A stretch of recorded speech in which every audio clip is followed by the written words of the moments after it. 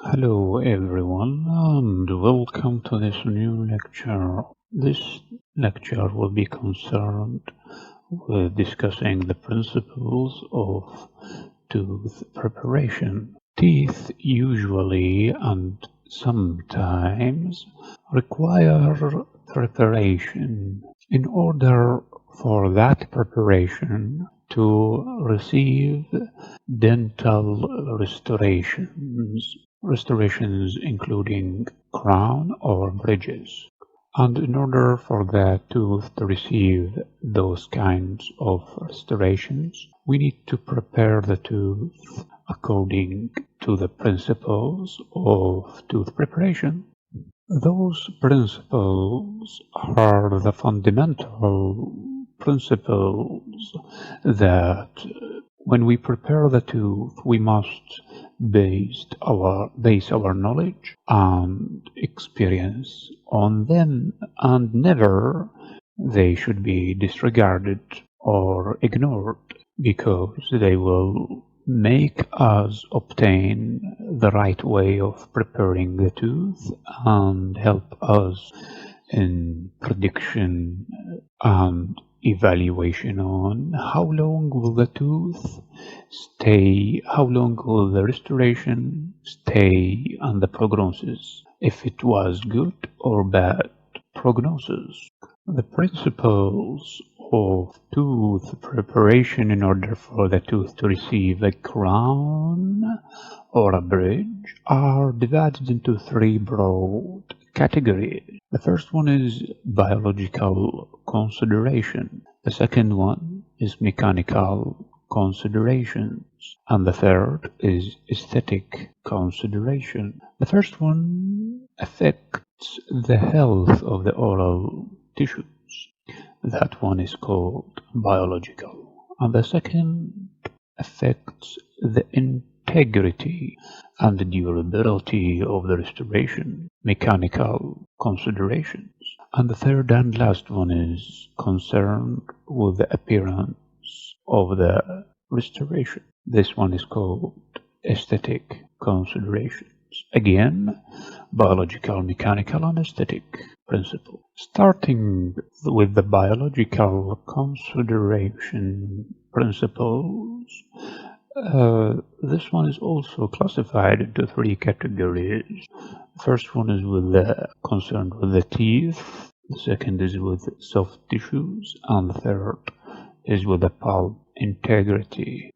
Again, biological considerations is concerned with teeth, soft tissue, and pulp, because those are easily damaged when preparing the tooth, as they would be damaged in the same particular tooth that we are preparing, or could be affected by indirect way as we prepare the tooth and the adjacent tooth, soft tissue, or pulp would be damaged. Starting with the first category of not aesthetic principle, not mechanical principle, not any one of them, but the principal consideration of biological category. This one we have already divided into three categories.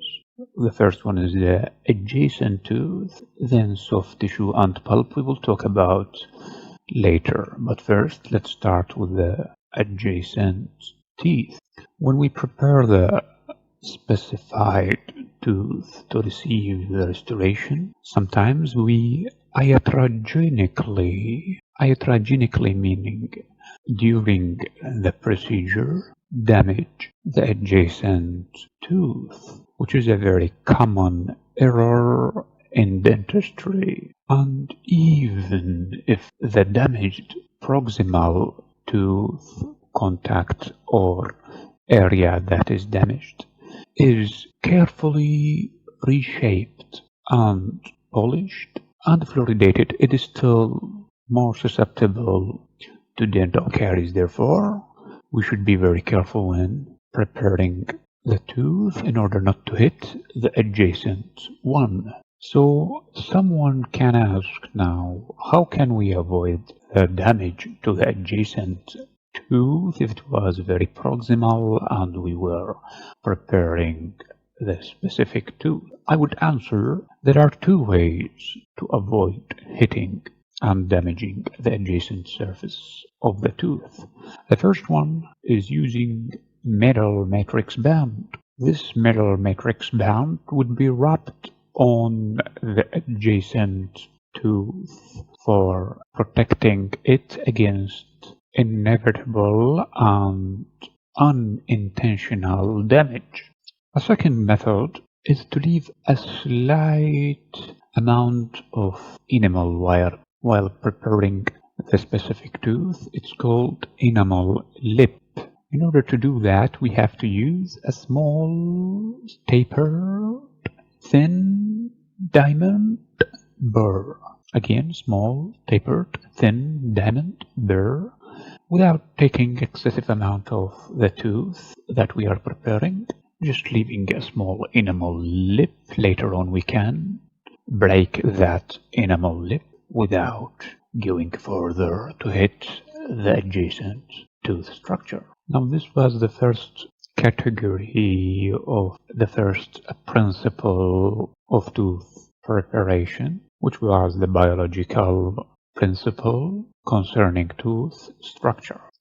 Second one, concerning also biological consideration, is protecting the soft tissue. These are, of course, the tongue and cheeks. We'd have to protect those structures by using retraction methods of lips and cheeks. And the tools are used here includes the mouth mirror, of course, and a saliva ejector having a flange attached to it or an aspirator tip. During preparation, we can protect the soft tissue using those tools. And now we have talked about the soft tissue and teeth biological consideration. Let's talk about the last biological consideration associated with the principle of tooth preparation, and this one is called the pulp.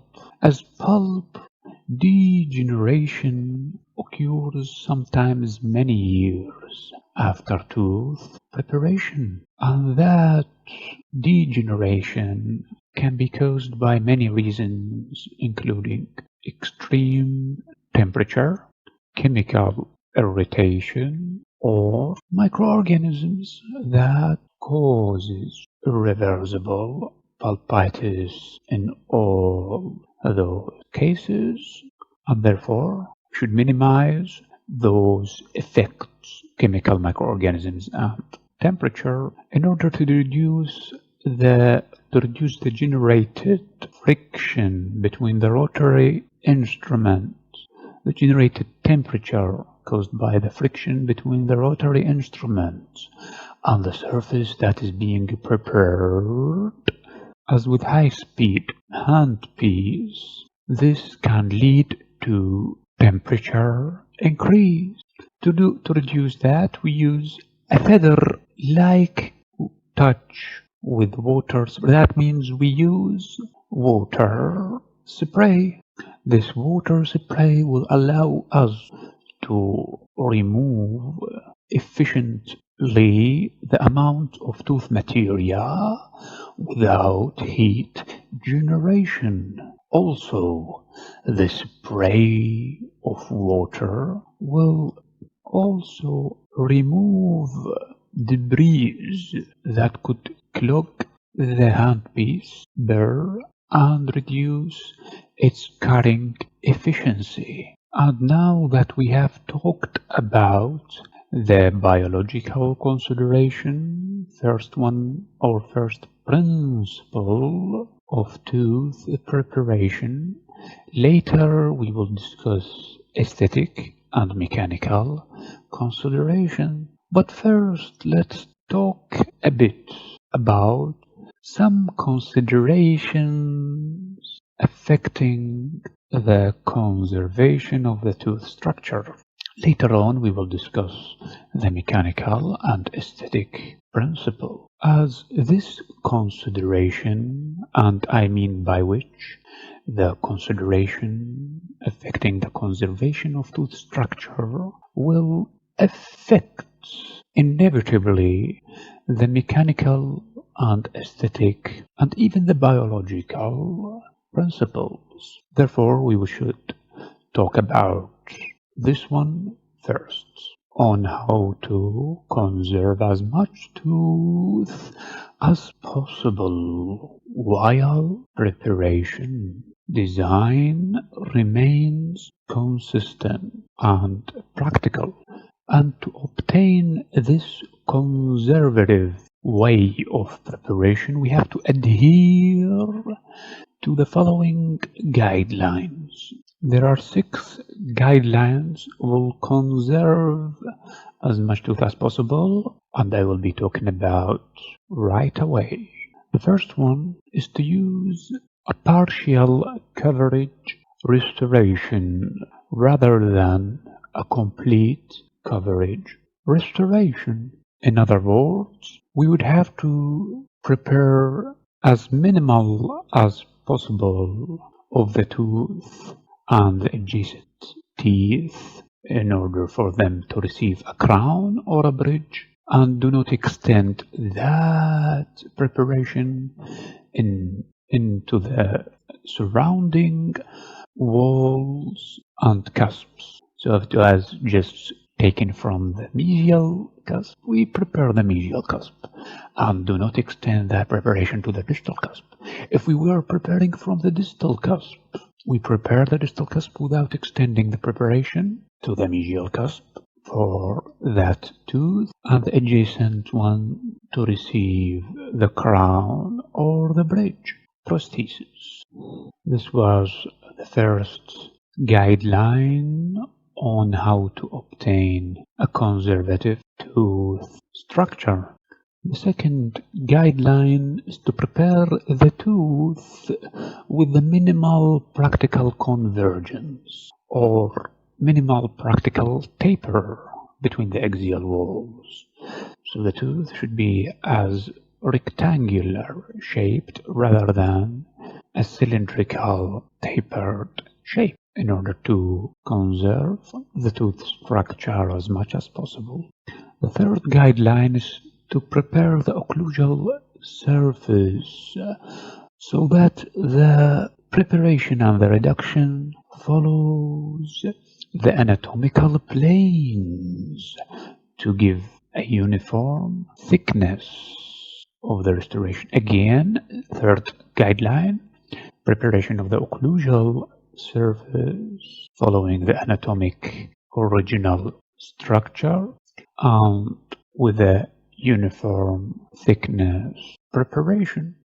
The fourth guideline to conserve as much as possible of the tooth structure is the preparation of the minimal axial surface or as minimal axial surface as possible. And the reason for that, other than conservation of as much tooth as possible, is as in the future, if necessary, the teeth can be orthodontically repositioned. The fifth guideline is to avoid unnecessary apical extension of the prepared tooth. Again, avoid unnecessary apical extension of the preparation. This one is easy. But the sixth guideline is a bit hard and you might not understand it. I will say what this guideline is and you'd have to think about it later, as I will not explain it to you. Again, sixth guideline is selection of a margin geometry that is conservative and yet compatible with the other principles of tooth preparation. These were the guidelines of the consideration concerning with conservation of tooth structure. Now let's talk about another consideration, and this consideration can affect the biological, mechanical, and aesthetic principles of tooth preparation, and even can affect the consideration of conserving as much tooth as possible. This consideration is associated with affecting the future health of the tooth. The future health of the tooth can be affected by insufficient axial or occlusal reduction. When it comes to insufficient axial reduction, that means insufficient contouring and preparation of the mesial, distal, occlusal, not the occlusal, mesial, distal, buccal, and lingual axial walls around the tooth. These are the walls that should be prepared. Sometimes they are prepared insufficiently, and this can cause plaque accumulation underneath the crown and periodontal diseases. So when we prepare the axial walls, we have to prepare them sufficiently, not taking too much and not taking too little, as would that affect the shape and thickness of the restoration, which can lead to future dental health problems.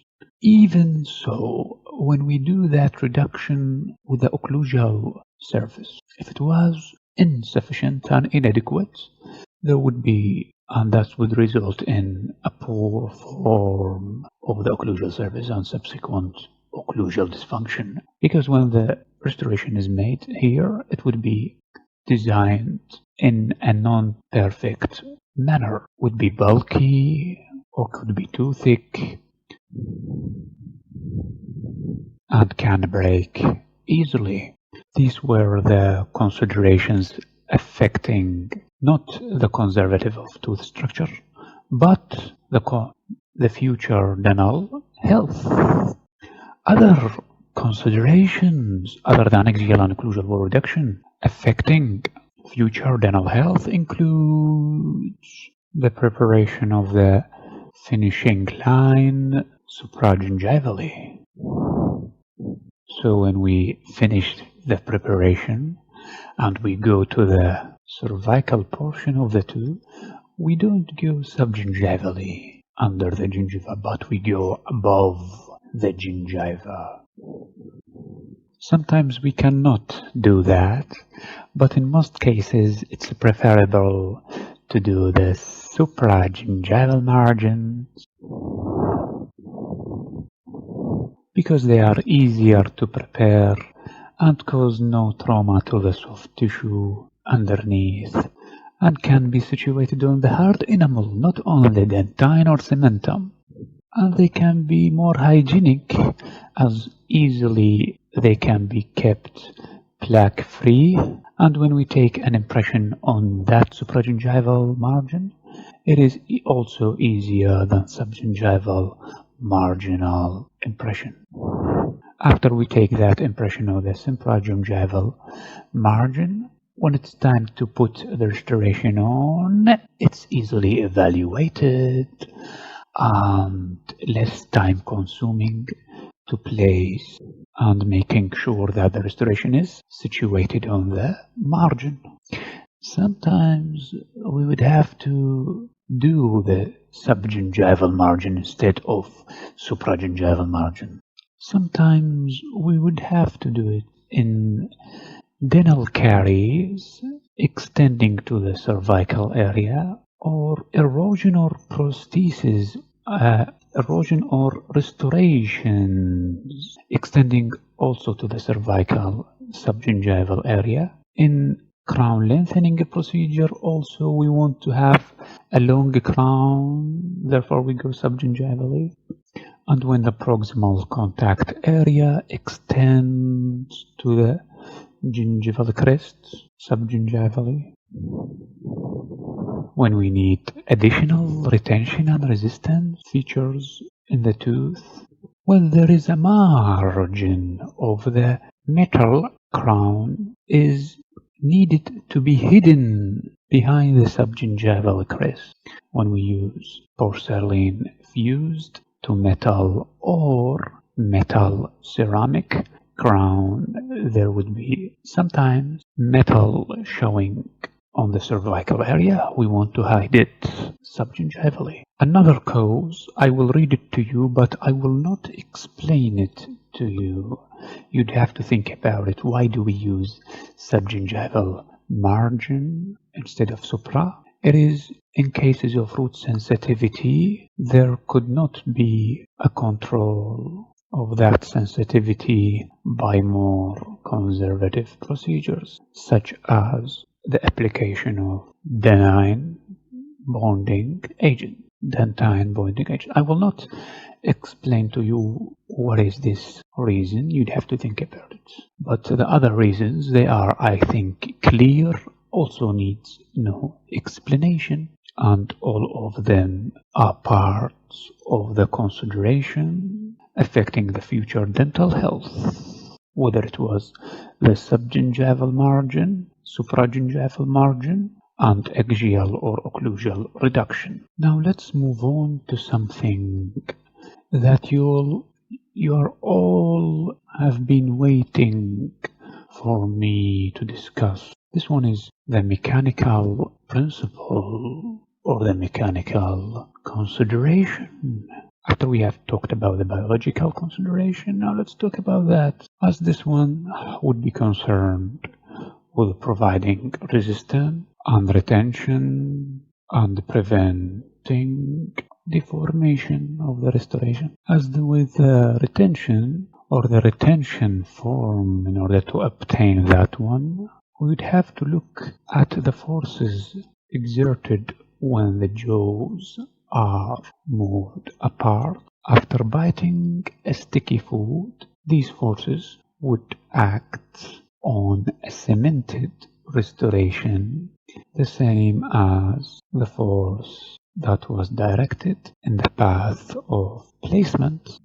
The dentist, in order to decide whether the retention form, the dentist would have to consider many factors that affect the retention of the restoration. These include the magnitude of the dislodging force, the geometry of tooth preparation, surface area, stress, constriction, roughness, and material being cemented.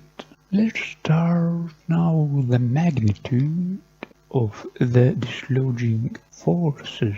These dislodging forces magnitude are exerted by the elevator muscles and depend on the three factors: the stickiness of the food, the surface area, and the surface texture of the restoration. Again, the stickiness, surface area, and texture of the restoration will affect the dislodging force magnitude.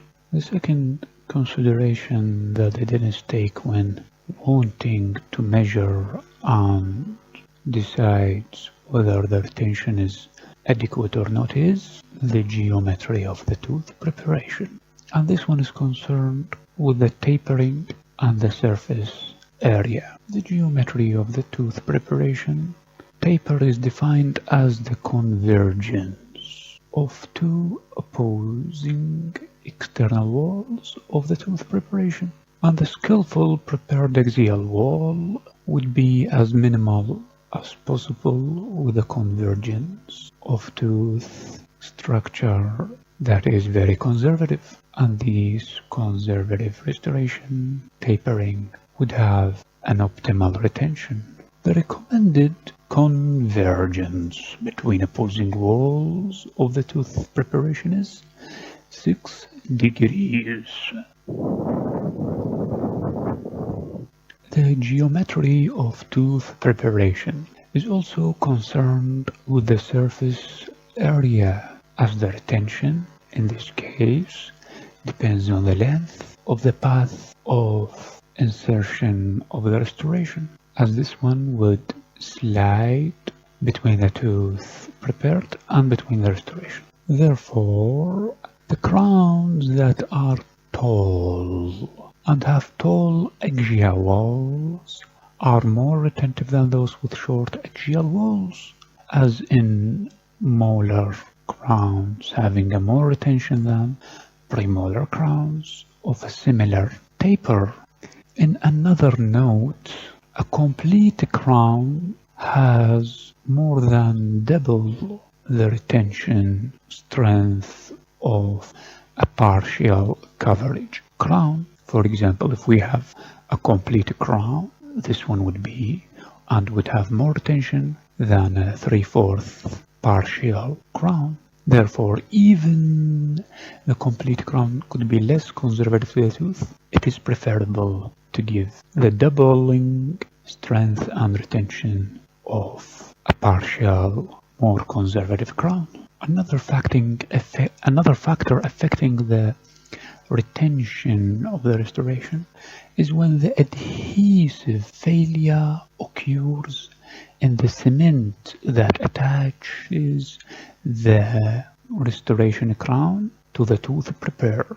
And this cohesive failure can be diagnosed when we look at the deattached restoration and see that the cement adheres to both tooth and the preparation, both tooth prepared and the restoration. This way we can know easily that a cohesive failure has occurred, because the strength of the cement is less than that was induced through retention stress. In order to eliminate and reduce the cohesive failure and to reduce the stress concentration and to reduce also the retentive failure in this case, we'd have to create a rounded occlusio or axial line angle instead of a sharp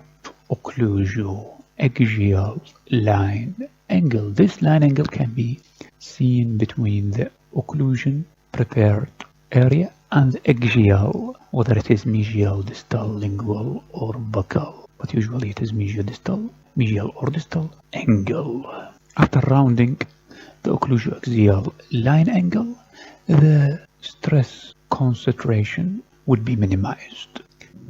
This was about cohesive failure, but in case of adhesive failure, we can look at the restoration and the tooth prepared and see clearly the cement between them either adheres to the restoration. This means the adhesion between the tooth and the cement is weak, or we see the cement adheres to the tooth preparation, which can lead us to conclude that the adhesion between the restoration and cement has failed and was weak.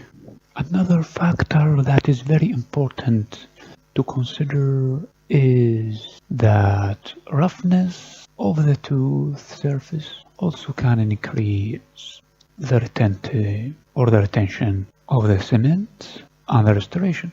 And by cement I mean the luting agent or the material that sticks the tooth prepared to the restoration material. And if we roughen the surface of the prepared tooth, the retention will increase. Even so, doing a groove or retentive means will also increase the retention. But we'd have to consider something that is also good to know, as retention failure, especially adhesion failure, rarely occurs between the cement and the tooth interface. Therefore, deliberately roughening the tooth preparation can hardly influence retention and hardly prevent dislodgement of the retention. In other words, most retention failure, adhesion failure between the tooth and restoration occurs between the restoration and the cement, or between the restoration and the luting agent.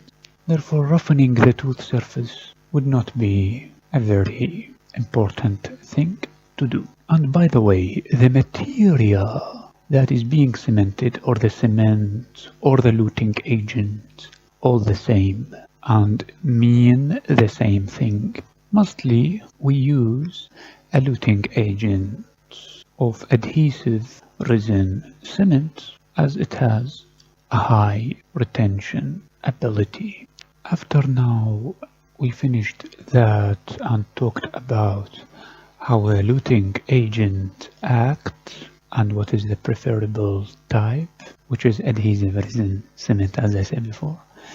We'll talk about resistance form, which is another form concerned with the mechanical principle consideration in tooth preparation. After we have provided the retention form and talked about what can influence the retention form, including the magnitude of dislodgement force, the geometry of the tooth, the stress concentration and failure of adhesion, and we talked also about the roughness and material being used as a luting agent. Now we'll talk about the resistance form, and this one is unlike the retention form.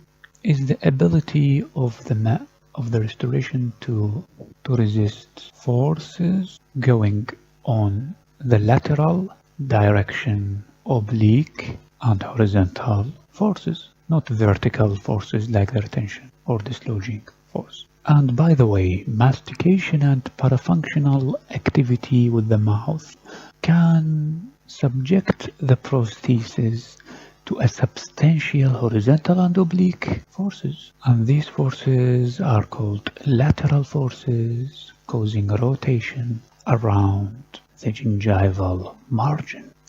Now, what are the forces and factors that influence the resistance form? As we talked before about factors and influences on the retention form, and theirs were magnitude, geometry including tapering and surface area, adhesion, failure, roughness, material being cemented and luted. Also, now we will talk about factors influencing the resistance form, and these also can include the magnitude and direction of the dislodging forces, like biting forces, which if the prosthesis is carefully made with a properly designed occlusion, these forces, biting forces I mean, will be distributed over all the teeth, and most of this force would be axially directed on the axial walls. However, there are some factors affecting the magnitude and direction, include the biting habits, such as bruxism and pipe smoking, that could subject the restoration to a large oblique force and stress. So that has to be taken in consideration so that the preparation would be able to withstand considerable oblique force. Another factor influencing resistance is the geometry of the prepared tooth. As the resistance of the tooth of the restoration would increase when the axial wall taper is decreased, just like we talked before, the taper should be 6 degrees between axial walls to increase retention. Here also the retention should be as minimal as conveniently possible and as practical as possible. The diameter, just like the tapering, also can influence the resistance. Here the diameter should be large and increased, and the tooth also, as when we talked about the retention, should be high and long, and same as with retention, partial coverage restoration have less resistance and less retention. In this case, because there is no axial buccal wall, therefore there is no buccal resistance area in partial coverage crowns, and here we can provide resistance forms and retention means like boxes or grooves to increase the resistance. And the last factor that influences the resistance form that can provide mechanical principles of tooth preparation is the physical properties of the luting agent. And this luting agent can resist deformities and should have high compressive and modules of elasticity.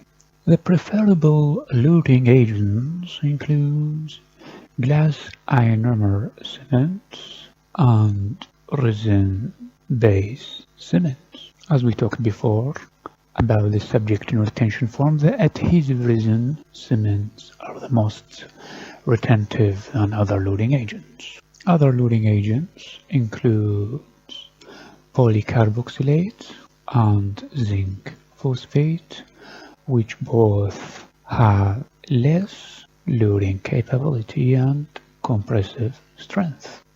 And now, after we have talked about how to provide resistance form and retention form, those were parts of the mechanical principles of tooth restorations other than biological and aesthetic. And before we go to the aesthetic principles in tooth preparation consideration, we'd have to talk about the preventing deformation in the restoration materials and methods. And this would be a part of the mechanical principle consideration, a part of the principle of tooth preparation. Again, it is called preventing deformation of the restoration.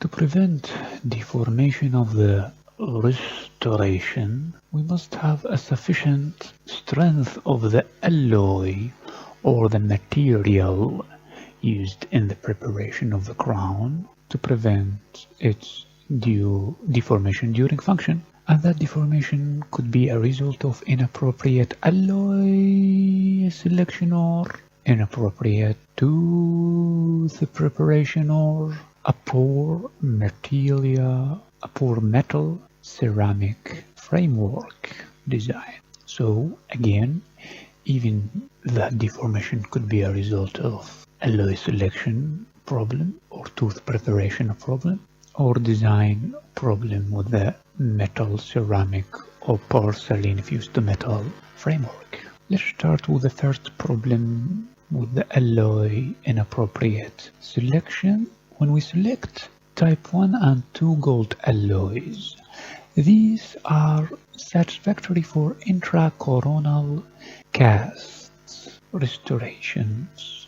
Again, type 1 and 2. Don't ask me what type 1 and 2 gold alloys. This needs a research and experience to distinguish between type 1 and type 2 gold alloys. And even though they are satisfactory in the intracoronal cast restoration, they are too soft for crowns and fixed dental prosthesis. And because they are too soft for this case, we'd have to choose type 3 or type 4 gold alloys, or even a low gold alternative is chosen, and that one should be appropriate low gold alternative instead of type 3 or 4, and of course instead of type 1 and 2 gold alloys, in order to prevent tooth deformation. And also, in order to prevent tooth deformation, we have to adequately reduce the tooth when preparing it, as even the strongest alloy we discussed before, low gold or type 3 or 4 gold alloys are unable to withstand occlusal forces if they are not sufficiently bulky, and if there is no sufficient tooth preparation is made.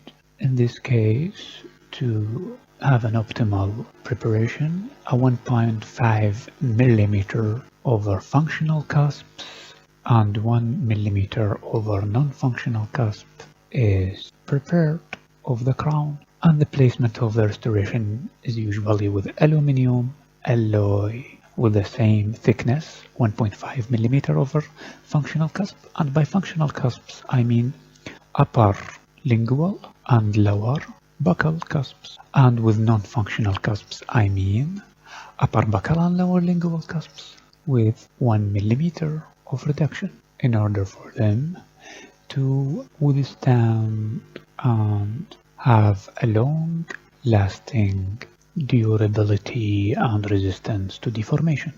And now, after we have finished talking about the adequate tooth reduction and the adequate restoration alloy selection, and we will talk about later the marginal design, how it should be in order to prevent deformation and of the restoration material. Let's first, before going there, let's talk about something we have forgotten in choosing or selection of the alloy to be used in the crown and bridge restoration. And here we will add to that knowledge that the metal ceramic crowns with a high noble metal content have a hardness equivalent to that with a type 4 gold crown alloys. Again, metal ceramic alloys with high noble content have the same strength and hardness compared with type 4 gold alloys, which is not very weak and not very strong. Types of alloys are weaker include type 1 and 2 gold alloys, stronger 3 and 4, and metal ceramic alloys. But if we want a very strong one to withstand large forces anticipated with a long span fixed dental prosthesis is constructed and with a considerably harder structure compared with those we discussed before, is to choose the nickel chromium alloys. So if a question come to you, which metal alloy would you choose if you are building and constructing a long span fixed dental prosthesis and who is facing a large amount of force that would be anticipated, and this alloy would have to have a considerable harder and stronger structure than type 4 gold alloy and metal ceramic alloys and type 1 and 2 gold alloys? The answer to that question would be nickel chromium alloy. And now, after we have talked about how to prevent deformation of the restoration in all these ways, choosing the correct alloy, adequate tooth reduction, and we said how much we should take from the tooth. Now, also something that can prevent deformation of the restoration and is also associated with the metal ceramic framework, it is the margin design. And the margin design also can be distorted if the margin design is, for example, too thin, as in feather edge preparation, which is not as strong as a thicker marginal restoration used with chamfer preparation. Again, feather edge preparation disadvantage is that it has a thin layer of finishing margin, which could lead to margin design distortion, which is the point that we are talking about, margin design distortion of the restoration at its margin. To prevent such distortion of the feather edge is a simple case of creating grooves and ledges to be incorporated, especially in the partial coverage preparation, that could create essential strength to the final cast. Okay, now we have at last finished with the how to prevent the deformation of the restoration cast, and we said to select the correct to prepare the tooth sufficiently and to create a margin design that is good and able to receive thick restoration like chamfer preparation. And those, of course, all were part of the mechanical principles of tooth preparation. And we talked previously about the biological principles of tooth restorations, and we have talked at the mechanical preparations or principle of tooth restoration to provide retention, resistance, preventing deformation of the restoration. Now, last, we will talk about something that you've all been waiting me to talk about, and it is the aesthetic consideration. In aesthetic consideration, the restorative dentist should develop skills in order to know what the patient needs out of the restoration and how he would receive the aesthetic of the crown. And to choose the best aesthetic form, we'd have to choose all ceramic restoration material because it is the most aesthetic and pleasing restoration to be used as inlays, onlays, and as veneers, but they should not be used as onlay, or it's not very recommended, even though these kinds of old ceramic restoration have a more risk of fracture because there is good new materials and resin bonding luting agent. The risk is reduced. Another type of also aesthetic restoration is the metal ceramic one, or the metal ceramic restoration. This one is having both strength and aesthetic appearance, and is also indicated in the preparations that ensure both sufficient room for porcelain and accurate placement of metal ceramic margins.